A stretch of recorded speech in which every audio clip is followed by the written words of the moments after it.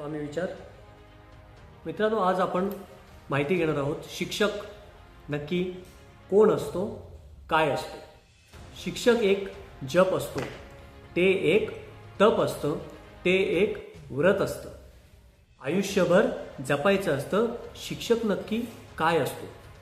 अपंगाचं मन, निर्धनाचं धन, मुक्याची वाचा आणि आंधळ्याची दृष्टी. शिक्षक नक्की काय असतो?